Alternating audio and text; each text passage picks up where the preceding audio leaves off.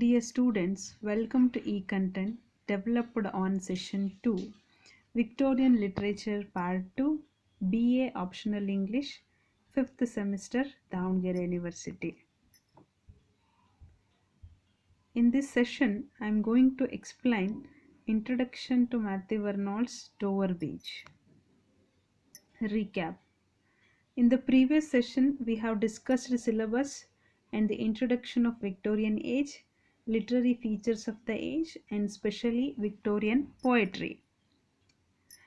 This session includes contents like this: Matthew Vernon's biography, Matthew Vernon's early life, Arnold poetic career, major works of Arnold, major themes of his poems, introduction to Dover Beach, and Dover Beach as a dramatic monologue, and also MCQs, assignments, and references.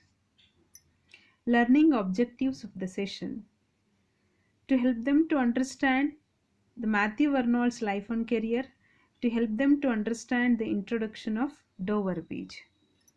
Session outcomes: after completion of this session, students will be able to understand Matthew Vernon's life and career. Students will be able to understand the introduction of Dover Beach. Matthew Vernon's biography. Matthew Vernon was born on 24th December 1822 in Middlesex, England, died 15th April in 1888 at the age of 65 in Liverpool, England. Matthew Vernon was a British poet and cultural critic who worked as an inspector of schools. Arnold has been characterized as a sage writer, a type of writer who chastises and instructs the reader on contemporary social issues. Arnold's early life. He was son of Thomas Arnold, famous headmaster of Rigby School. Educated at Oxford, Arnold travelled abroad in the late 1840s.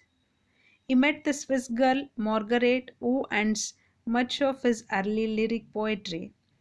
By 1851, became an inspector of schools. He was sought to deal with social problems in literary, political, religious, and educational writings. Arnold poetic career.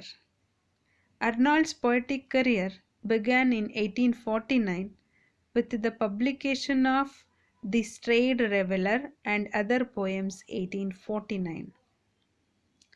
In 1858, Arnold became professor of poetry at Oxford. In his essay, The Study of Poetry, he said great poetry should have high truth and high seriousness. Arnold's notable works: Empedocles and Edna and Other Poems 1852, Poems 1853, Poems Second Series 1855, Merope 1858. Major works of Arnold. Lyrics: Margaret Poems, The Forsaken Mermaid, Dover Beach, Scholar Gypsy, Philomela. Poetic dramas: Empedocles and Edna, Merope. Narrative poems: Tristram and Isolde, Shahrab and Rustum. Elegies: Scholar Gypsy, Memorial Verses.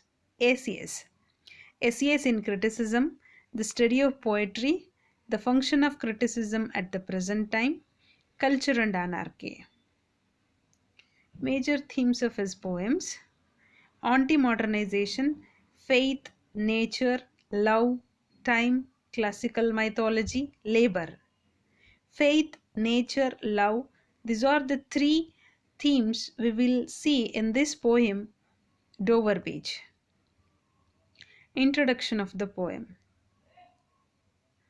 Dover Beach is a dramatic monologue. It was first published in 1867 in the collection of new poems. The poem set in 1851 and divided into 4 stanzas. In the poem, Arnold himself speaker and addressed to his wife, probably Frances Lucy Whiteman.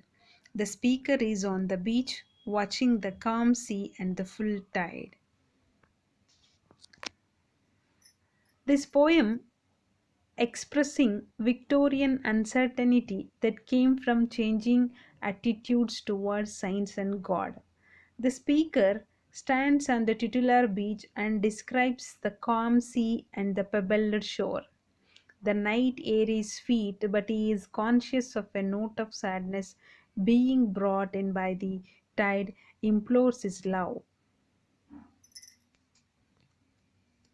Dramatic monologue. Dover Beach as a dramatic monologue. Now we will see what is dramatic monologue. A dramatic monologue is a poem in which the speech of a single character in a single scene makes up the entirety of the poem.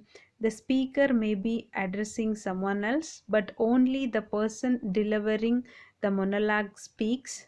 The focus of a dramatic monologue is to reveal something about the speaker's inner character. It may also be used to express the speaker's point of view, which the poet may or may not share.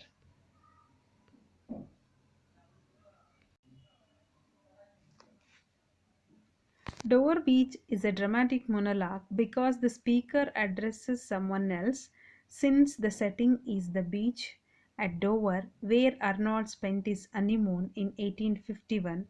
It is often understood that the listener is the speaker's bride. The speaker beckons or signals his beloved to stand by him at the window and view the sea with him, addressing her by saying, "Come to the window, sweet is the night here." The monologue takes place in one location. It is expressed ostensibly to a companion, possibly the speaker's lover, but the companion's presence is only implied by the speaker, and the companion never speaks. The speaker uses the occasion to express his views about the world, which fits the description of a dramatic monologue. Although the sea is calm and the moon lies upon the straits, the speaker hears the eternal note of sadness in the sound of waves. He compares this to similar sounds that the ancients heard. It declares that once faith gave brightness to the world, but now faith and the world's brightness are fading. He pleads with his companion that they should be true to each other, because to him the world is full of darkness, confusion, struggle, and grief. Now I conclude this session.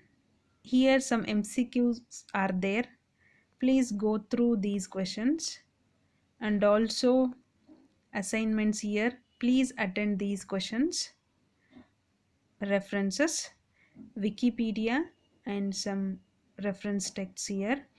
Shrimpton Nicholas, Matthew Arnold, Everyman's Poetry, University of Oxford 2009. Albert Edward, History of English Literature, Oxford University Press, New Delhi 2013. Thank you.